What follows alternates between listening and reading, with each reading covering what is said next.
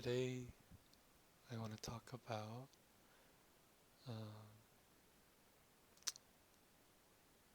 after the ecstasy, the laundry, or in other words, so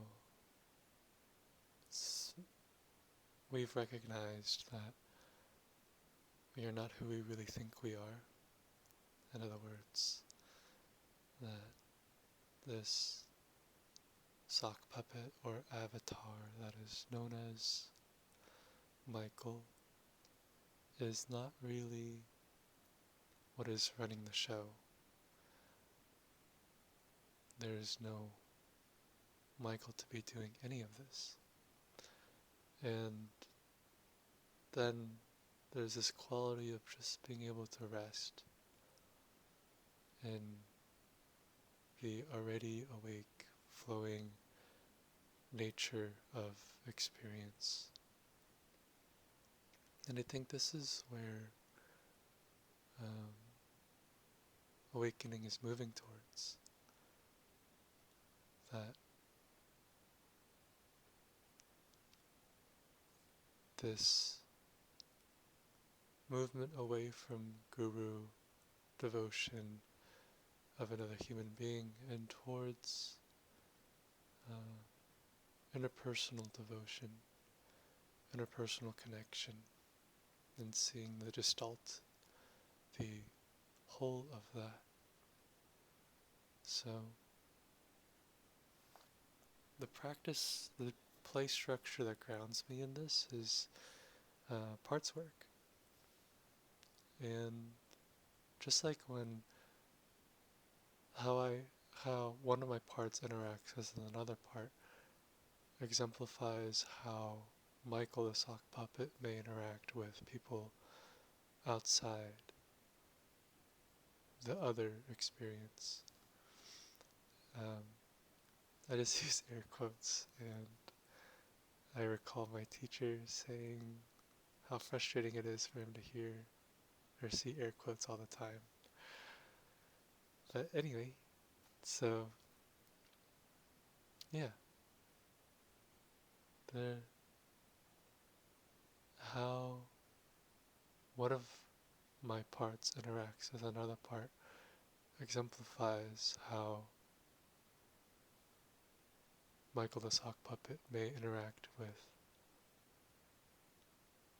others. And I mean, this logically makes sense, right? Because if a part of me is, say, really angry, and another part is the part that shows up in response is extremely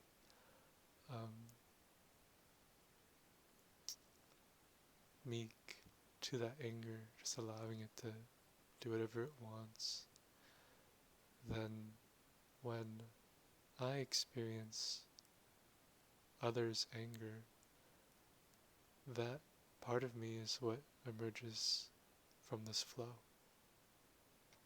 right? And what I mean by after the ecstasy, the laundry, I mean, we might be able to see that this is empty arising, but now it's like, what do we do with that? So, within the play structure known as parts work, there is collaboration. What does it mean to honor differences while acknowledging the same source of them? To honor collaboration. And I think there are two parts to this. One is collaboration with those we may struggle with, painful collaboration. And I think Evolving Ground, the guidelines of Evolving Ground discusses this very well, that we look to what is our common ground with painful collaboration. between parts? What is our common ground? And there is always common ground because we all emerge from the same source. We are all made up of the same thing, this awake awareness. And so, from that place, there is, even the friction is part of this service to awake awareness. What do I mean by service? I mean actions that are within that quality of understanding and knowing and viewing the world as not what it really seems to be.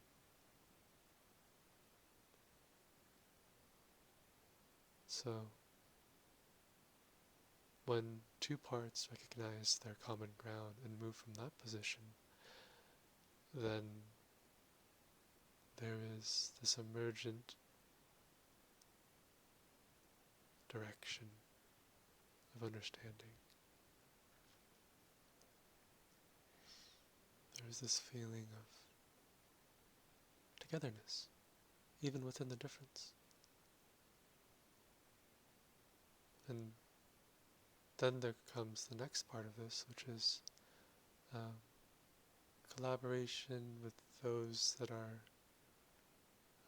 whatever the opposite of painful is. I can't think of it right now. But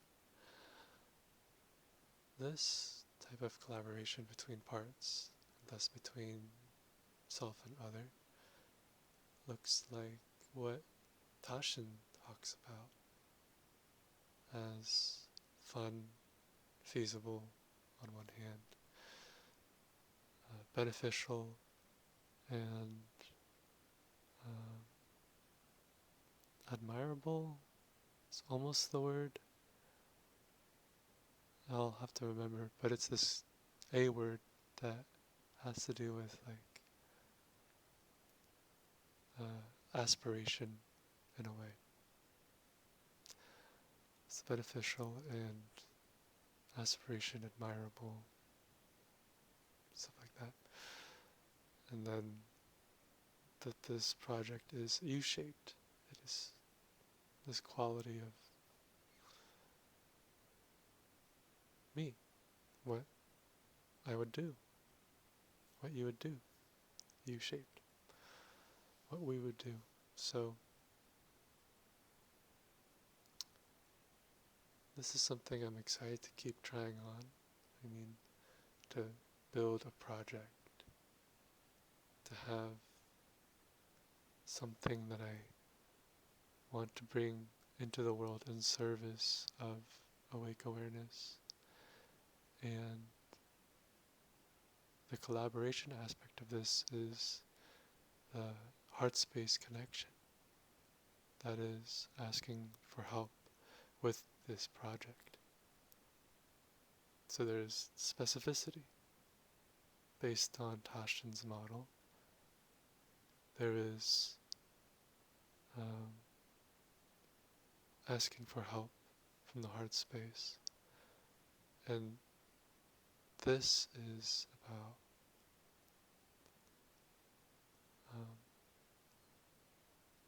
already feeling that awake awareness, completeness to experience, and also feeling the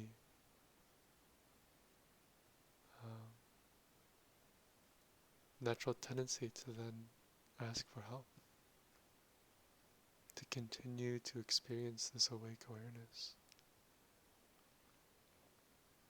This is something that maybe I am still working through and understanding. This is what I will be working on this whole next couple of weeks before I move to New York.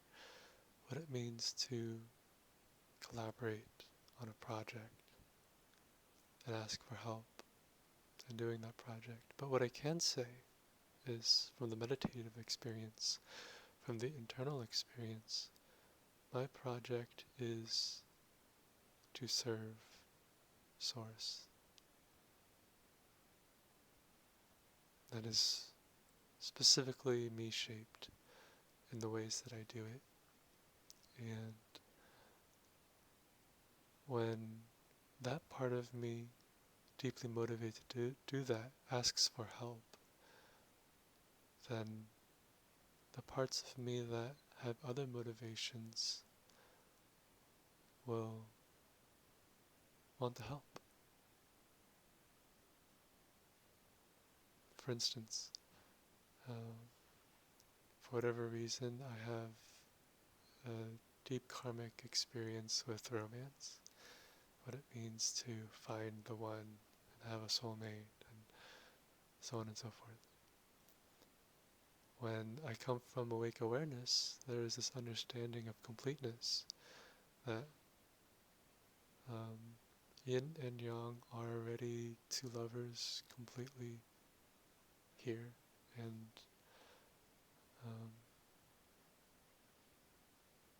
co-creating experience together. There is already that cosmic connection that Michael the sock puppet is looking for. So when I come from the place of that understanding of awake awareness, then ask for help within this regard, then there is no singular person to fulfill this help. There is both that understanding of completeness, the part of me that wants to find romance is met with the understanding that it is already here. And then that part is allowed to just want to do it as an effulgent quality of awake awareness, and to see it as something that is just naturally arising. So, to pinpoint what I'm saying here is, it doesn't have to go away. These experiences of these parts don't go away. They're held within awakeness. And that holding is deeply